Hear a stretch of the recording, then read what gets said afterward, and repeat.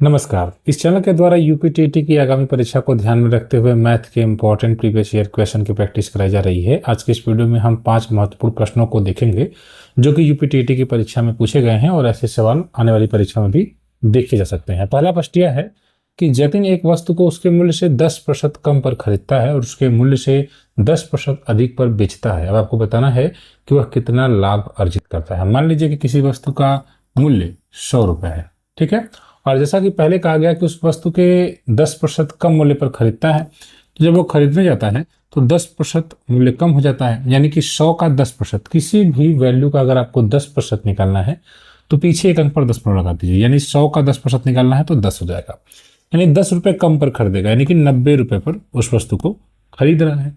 अब आगे कहा जा रहा है कि उसके मूल्य से 10% अधिक पर बेच रहा है। जब बेचने जा रहा है तो जो उसका मूल्य था, यही तो मूल्य था ना 100 रुपये, इससे 10% ज्यादा पर बेच दे रहा है। तो अभी आपने निकाला 10% निकालने के लिए एक अंक पर 10 लगा दीजिए पीछे से, यहाँ तो जाएगा 10। तो 100 में 10 रुपये और एक्स्ट्रा लेकर वह बेच दे रहा है, यानी वह कितने में बेच रहा है, 110 में बेच दे रहा है। तो अब आपसे पूछ रहा है कि बताइए उसका लाभ कितना हो रहा है। तो लाभ यहाँ नहीं, इस बात पर निर्भर करता है कि उसने घर से कितना लगाया। तो कहेंगे सर घर से उसने लगाया 90 लगाया, और कमाया कितना, तो 90 की चीज को अगर 110 में बेच रहा है तो 20 रुपये कमा लिए। 20 कमा लिए किस पर, 90 पर। तो प्रतिशत में बदलने के लिए किसी भिन्न को 100% से गुणा कर देते हैं, तो 100 पर कितना, इस प्रकार से इसको आप हल कर लीजिए। तो हो जाएगा 200/9%, जो कि आप देखें 9 दूना 18, फिर 9 दूना 18, तो फिर 22 सही 2/9% हो जाएगा, जो कि विकल्प संख्या बी में दिया गया है। आइए हम एक और सवाल देखते हैं इसी प्रकार से, जो कि यूपीटीटी की परीक्षा में पूछा गया है। सवाल में कहा गया कि एक धार्मिक आयोजन में स्त्रियों और पुरुषों की संख्याओं का अनुपात 3 और 2 का था। 20 और पुरुषों के आने से अनुपात उलट गया, तो स्त्रियों की संख्या आपको बतानी है कि कितनी थी। देखिएगा, पहले जो स्त्री और पुरुष का अनुपात है वह 3 और 2 का है, ठीक है, 3 और 2 का है, ध्यान दीजिएगा, 3 और 2 का है। आगे कहा जा रहा है कि 20 और पुरुष आ रहे हैं। कितने पुरुष आ रहे हैं, 20 और। ध्यान दीजिएगा, हमने 20 पुरुष को और जोड़ दिया, और अब ये कह रहे हैं कि जो अनुपात है वह उलट जा रहा है। तो अनुपात 3-2 का था, तो 2 और 3 का हो जाएगा, ठीक है, 2 और 3 का हो जाएगा। तो आपसे पूछा है स्त्रियों की संख्या। इस प्रकार के सवाल को आप इस प्रकार से लगाया करिए कि स्त्रियों की संख्या देखिए, यानी जो दूसरा डाटा है उसमें तो कोई परिवर्तन नहीं हुआ। दो चीजें हैं, एक तो स्त्री और एक पुरुष। पुरुष की संख्या बढ़ रही है, लेकिन क्या स्त्री की संख्या बढ़ रही है, क्या नहीं बढ़ रही है। पहले भी 3, अभी भी 3 होने चाहिए। करने का मतलब यह है कि जैसे यहाँ पर स्त्रियां तो आई नहीं है, तो अब यहाँ 3 है, यहाँ 2 है, तो इन दोनों को आप सेम करिए, क्योंकि स्त्रियों की संख्या में कोई भी परिवर्तन नहीं हुआ है, तो आप उसे सेम करिए। सेम बनाने के लिए यहाँ पर 2 से गुणा हो जाएगा और इसमें 3 से हो जाएगा, ठीक है, इसमें 3 से। यह हमने सिर्फ सेम बनाने के लिए किया है, ठीक है, क्योंकि जो प्रश्न की भाषा है उसके अनुसार स्त्रियों की संख्या में परिवर्तन नहीं हो रहा है। तो 3 दूना 6, 2 दूना 4। देखिए रेशियो में भी कोई परिवर्तन नहीं होगा, आप उसको 3-2 कहिए चाहे 6-4 कहिए, बात वही है। उसी प्रकार से 3 दूना 6 और फिर 3 त्रिके 9। अब ये एग्जैक्ट आपका रेशियो निकल गया। अब देखिए 6 और 6, यहाँ पर स्त्रियों में कोई परिवर्तन नहीं हो रहा है, जबकि पुरुषों में 4 से 9 यानी कि 5 यूनिट का परिवर्तन हो रहा है। कितने यूनिट का, 5 यूनिट का परिवर्तन हो रहा है। एक्चुअली जो है इनकी संख्या 20 बढ़ रही है। तो फ्रेंड, अगर आप इस बात को समझें कि 5 यूनिट का मतलब 20 रियल नंबर है, 1 यूनिट का मतलब कितना हो जाएगा, तो कहेंगे 4 हो जाएगा। अगर 5 यूनिट 20 संख्या बता रहा है तो 1 यूनिट 4 की संख्या बताएगा। तो आपको पूछा क्या, स्त्रियों की संख्या। स्त्रियों की संख्या अभी आपने 6 यूनिट निकाला है, तो 1 यूनिट 4 को बता रहा है, तो 6 यूनिट तो 6 गुणे 4 हो जाएगा। इस प्रकार से 24 हो जाएगा, जो कि विकल्प संख्या डी में दिया गया है। इतनी आसानी से आपने इस सवाल को लगा दिया। आइए हम एक और सवाल देखते हैं जो कि टीईटी की परीक्षा में पूछा है। सवाल में कहा गया है कि 14 सेंटीमीटर कोर वाले एक ठोस घन से अधिकतम आयतन का एक लंबवृत्तीय बेलन काटा जाता है। तो इस बेलन का आपको संपूर्ण पृष्ठ निकालना है, ठीक है। तो देखिए पहले हम एक घन बना लेते हैं। ये देखिए हमारा एक घन है, ठीक है, और अब ये कह रहे हैं इस घन में से हमको एक बेलन काटना है, ठीक है। क्या काटना है, बेलन काटना है। तो देखिएगा बेलन कुछ इस प्रकार से कटेगा। इसमें अधिकतम उसकी मतलब ऊंचाई या लंबाई जो है सब कुछ अधिकतम होनी चाहिए, तो कुछ इस प्रकार से बेलन कटेगा, ठीक है। देख रहे हैं, अगर आप इस बात को समझ पा रहे हैं तो कुछ इस प्रकार से बेलन कटेगा, कुछ इस प्रकार से रहेगा। थोड़ा सा मतलब इसको बेहतर तरीके से बनाते रहे हम। ठीक है, कुछ इस प्रकार से बेलन। अब आपसे पूछा है इस बेलन का संपूर्ण पृष्ठ देखिए। अगर आप कोई भी बेलन बनाते हैं, मान लीजिए ये बेलन आपको दिख रहा है, तो इसका संपूर्ण पृष्ठ क्या होगा? ये ऊपर का आपको पाई आर स्क्वायर दिख रहा है, नीचे का पाई आर स्क्वायर दिख रहा है, और ये जो दिख रहा है ये वाला, ये जो कर्व वाला है, ये है 2 पाई आर, एच ऊंचाई है तो एच, तो ये होता है बेलन का संपूर्ण पृष्ठ। आप जानते हैं बेलन का संपूर्ण पृष्ठ 2 पाई आर है, 2 pi r h plus pi r square plus pi r square. तो इसको आप लिख सकते हैं 2 पाई आर ब्रैकेट में एच प्लस आर।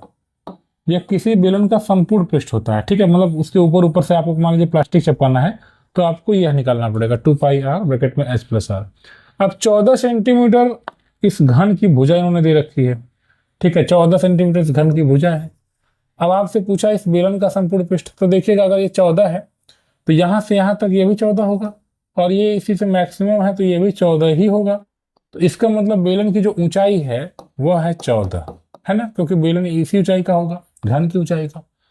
दूसरी बात यह है कि त्रिज्या निकालनी पड़ेगी। तो देखिए यहां से लेकर यहां तक की जो दूरी है यह 14 होगी, और यहां से यहां जो हो जाएगी ये 7 हो जाएगी, 7 हो जाएगी। क्यों? क्योंकि ये इसका आधा है, यहां से पूरी दूरी 14 तो आधी दूरी 7 हो जाएगी। तो त्रिज्या यानी आर बराबर हो गया 7। अब आपको क्या निकालना है? आपको निकालना है ये, तो 2 गुणे पाई मतलब 22/7 गुणे त्रिज्या आर, आर अभी आपने निकाला 7 गुणे एच प्लस आर, तो 14 7 21। इस प्रकार से आपने देखा 7 से 7 कटा, 22 दूना 44 हो जाएगा, और फिर गुणे 21 हो जाएगा।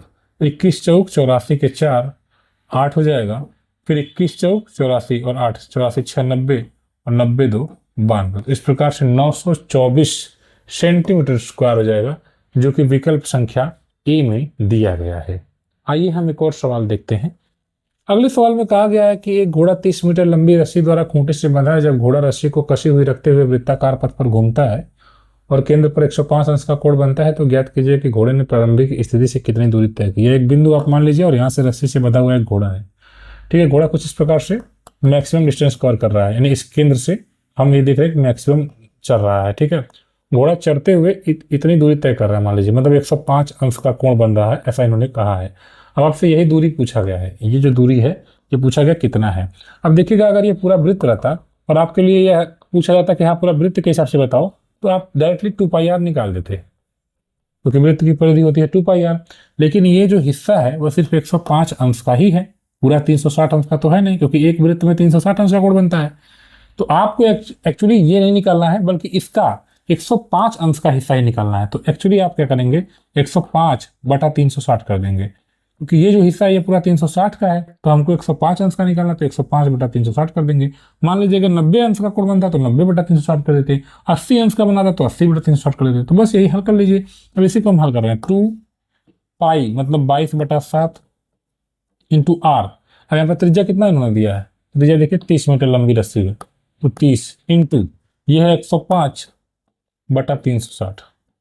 ठीक है, तो 0 से 0 कटेगा, 3 से कटेगा, 3 बराबर 36 हो जाएगा। फिर 2 से काटेंगे 12 को 6 बार में कटेगा, 3 से काटेंगे 3 दूना 6, 3 त्रिक 9, 3 पचे 15, 2 से काटेंगे 11। ठीक है, 7 से काटेंगे 35 को 5, फिर 11 यहाँ बचा, 5 यहाँ बचा, तो 11 गुणे 5 कितना हुआ भाई, 55 हुआ। 55 मीटर की डिस्टेंस एक्चुअली पूरा घोड़ा तय कर रहा है, जो कि विकल्प संख्या ए में दिया गया है। इतनी आसानी से आपने सवाल को लगा दिया। आइए हम एक और सवाल देखते हैं।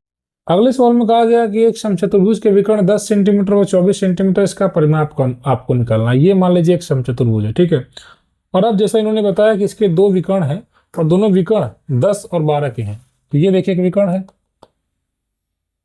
और एक विकर्ण ये है।